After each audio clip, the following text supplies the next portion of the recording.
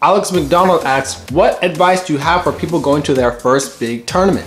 I'm going to talk about this more in the future, but the three main things that you need to do are put yourself in a lot of high stress situations, make sure you have the right food at the event, and make sure you warm up. So for the first one, I would try to play in a lot of online tournaments, because even though I'm not personally a fan of online tournaments at my point in development, I used to play in them a lot because they make me really nervous, they make me really jittery and all that kind of stuff like that. And those are the same fight or flight symptoms that you're gonna get when you're playing at a tournament, as if you're like scared and you're like running for your life. Now, that leads into the second thing, which is when you're in fight or flight, it slows down your metabolism. So any of the food that's in your stomach is gonna be digesting a lot slower. The reason that's a big deal is because if you eat something heavy, let's say you have like IHOP for breakfast or something like that, that is not gonna digest well unless you're really used to tournaments. So I would have something like fruit and also yogurt. Yogurt helps to counterbalance this because yogurt helps digest the food that's already in your stomach. And then the last thing is make sure you warm up. Even if you're gonna play somebody that you're gonna play in the tournament, it's better to warm up versus them than to not warm up. Because the first tournament I went to, I was dropping combos. I accidentally pressed pause in the middle of the match. It was, wow, that was not a good experience. But it's because you gotta warm up once you get there. Slick L asks, what character is the most brain dead character in the game? Well, I don't think any of the characters are brain dead. I think that when it comes to learning matchups, you have to work really hard with pretty much every single character in the game. I will say the easiest character to pick up is Blaziken, but when you try to play that character at a high level and you try to fight a lot of the other zoners like Chandelure and you have to fight Septa, I think you have to work really hard. So I think Blaziken's the easiest character to learn, but none of the characters in the game are actually brain dead. Jake asks, what about the young Wi-Fi god ThankSwalot? So this is in response to my ranked video where I don't like to play people that are on Wi-Fi. Now, ThankSwalot does play on Wi-Fi and he won the world championship. So let me just make that very clear. You can get better by playing on Wi-Fi. You can get better and not know frame data.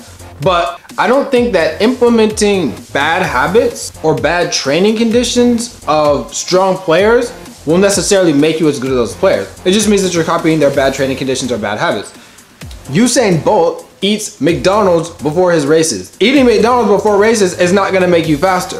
Usain Bolt's been the fastest dude in the world for years. So eating McDonald's isn't gonna really make or break him. But if you're trying to get to that level, eating McDonald's is not gonna help you get to that level.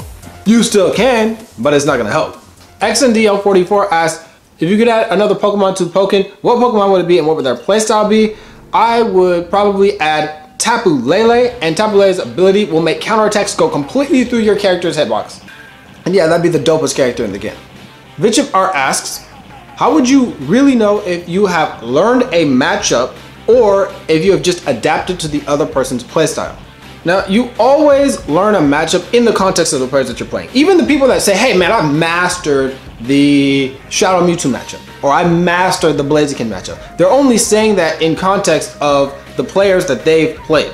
For example, if you play every Blaziken in the United States and you're like, man, I got the Blaziken matchup, I know what's going on, this is easy. And then you play me, you're gonna realize there's a very big difference between my Blaziken and all the rest of the Blazikens. We just have very different styles and we have very different understandings of pressure and neutral and all these different things, right? So it's not really gonna be the best prep. Chandelure is this very similar thing. You can fight all the Chandelure in the United States, but then when you fight Twixie, it's like, whoa, what's going on? This is totally different. So there is that difference between knowing the player and knowing the matchup.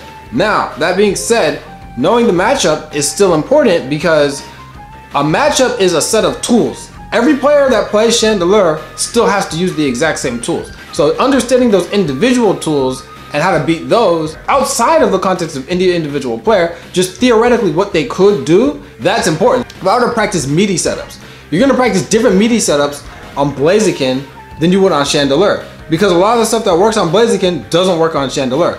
A lot of the options in field phase work on Blaziken, don't work on Chandelure. So it's definitely important to work on matchups specifically. I think to say that you've truly learned a matchup is just to say that you have a consistent game plan that you know you could implement against any player of the character. Meaning that if you look at every single move that character has and the most problematic moves for you, you know how to get around them. So if you're fighting like a Charizard, for example, you know how to stay out of 2x range. You know how to stay out of jump 6y range. You're counterattacking the side Y on reaction. You know objectively how to deal with the tools regardless of what player is playing the character. Ultimately, you're still gonna learn it in the context of the players that you play, but as long as you can stick to a specific game plan that you know you can tweak against any of the players of that character, that's when I think you really learn the matchup. And in order to make sure this happens, I think you should be playing really good players.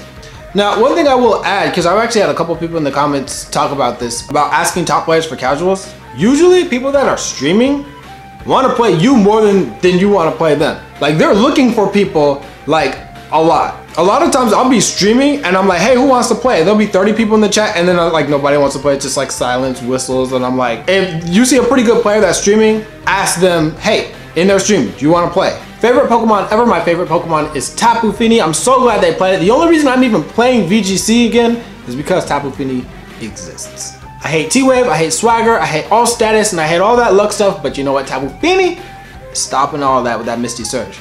Thank you again for the question and answer session, and I'm gonna do one more video answering Easy Crazy's question, which is, despite your issues with it, why do you still play Pokkén? That is a very good question and probably the best question that I've gotten in a long time.